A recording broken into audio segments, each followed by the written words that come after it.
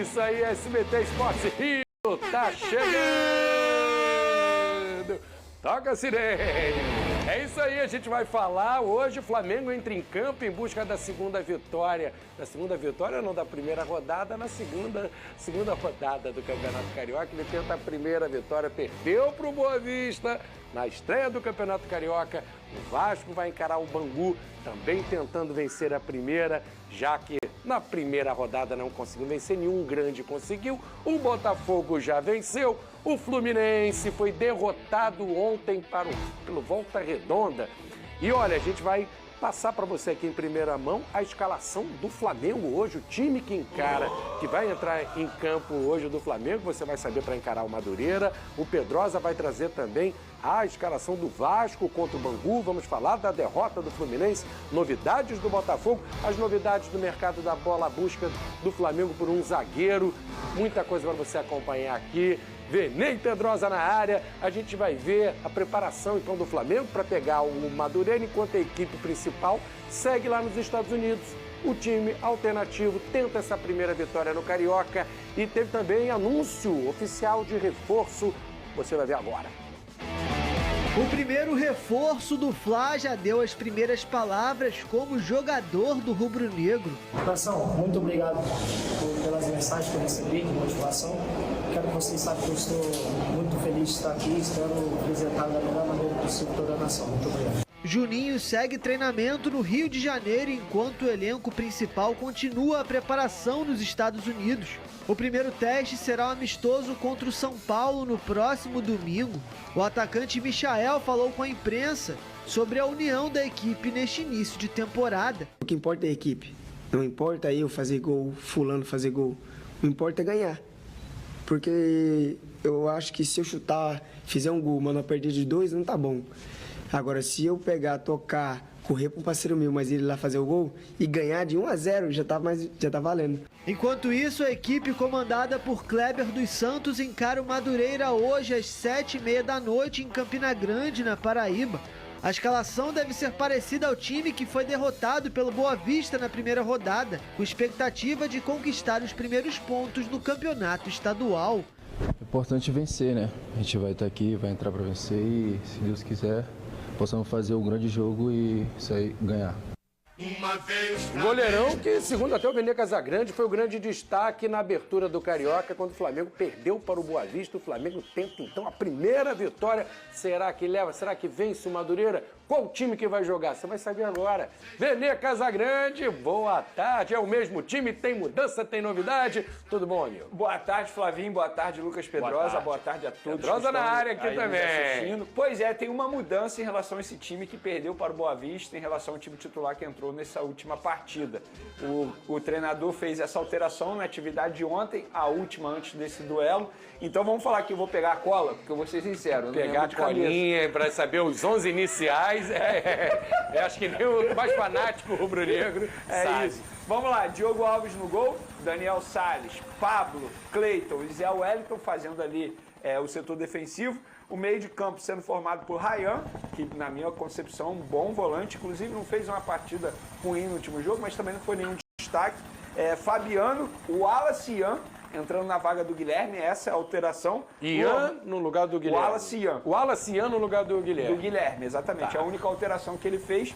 E aí Lohan, Thiaguinho, Carlinhos, mantidos na equipe titular como essa trinca ofensiva. O Thiaguinho você já queria ver distante, né? Que você criticou aqui. Pois é, eu até falei isso lá no meu canal, que eu acho que eu não vejo motivos para manter o Thiaguinho. Se fosse um jogador que fizesse a diferença nessa equipe, e ele não faz a diferença. Pelo contrário, ele jogou mal na partida e ele ficou muito tempo em campo. Eu acho que ele poderia ter sido substituído antes, mas o treinador Kleber entende que ele tem que ser mantido. Não tem jeito, mas eu não manteria. Eu tiraria o Thiaguinho também. Lucas Pedrosa, o Flamengo derrotado pelo Boa Vista na estreia, agora tem uma pressão maior, mesmo sendo os garotos, para vencer o Madureira, né? Não pega bem pro Flamengo. É o Flamengo, gente. Não interessa quem vai jogar. É o clube de regatas do Flamengo, a camisa rubro-negra pesadíssima.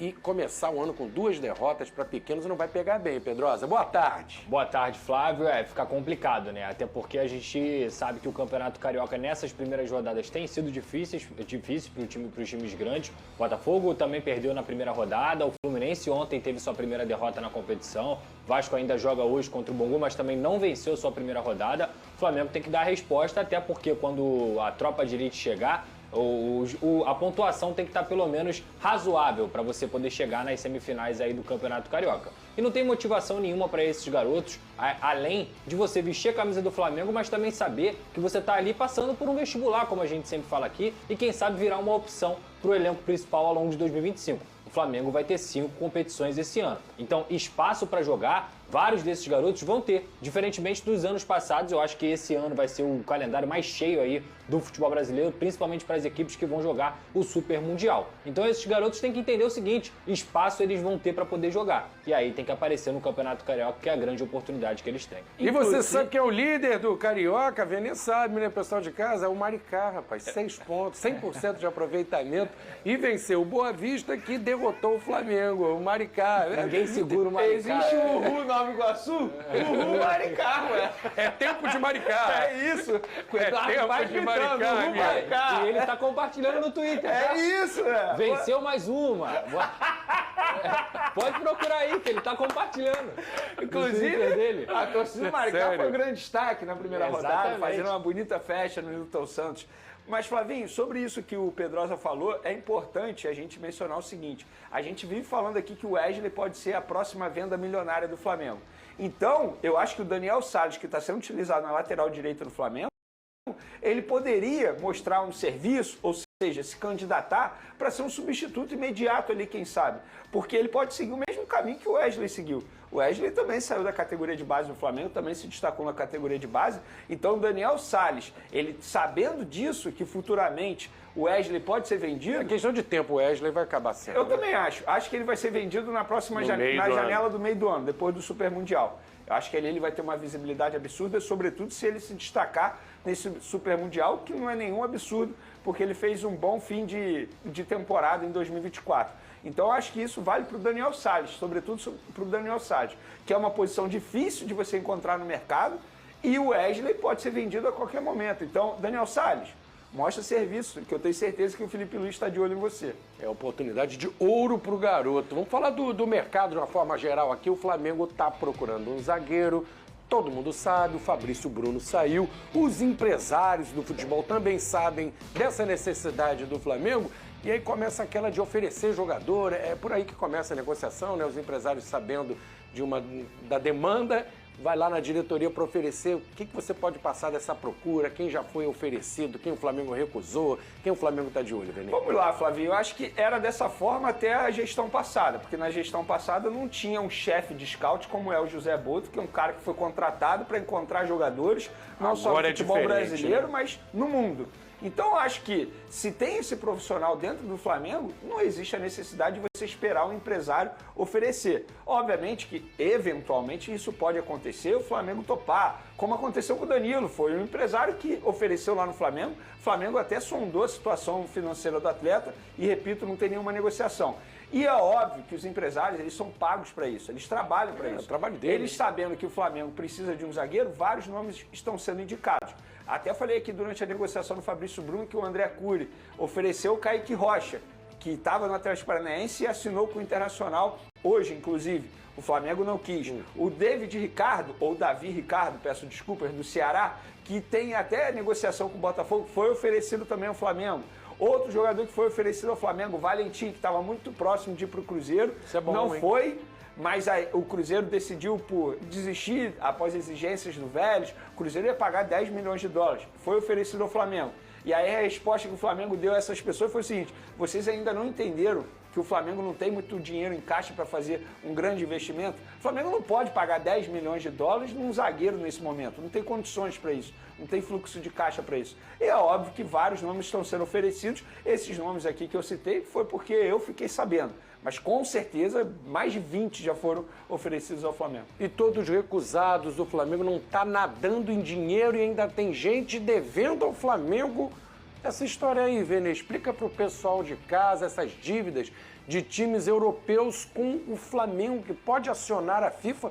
Tá pouca gente falando disso. Exatamente. Foi uma informação que a gente obteve ontem, com exclusividade. O Flamengo, essa nova gestão... Drone do Vene. A nova gestão, ao analisar todos os contratos, negociações, até a gestão passada, percebeu que negociações com Estrela Amadora e Leixões, 2 clubes de Portugal, não foram pagas ao Flamengo. E aí, o que o Flamengo fez? Acionou esses 2 clubes, notificou e avisou o seguinte: vocês têm até 48 horas para efetuar o pagamento. Se vocês não efetuarem o pagamento, nós vamos à FIFA exigir esse pagamento. Aí dessa dívida? Do Estrela Amadora, dá quase 3 milhões de euros.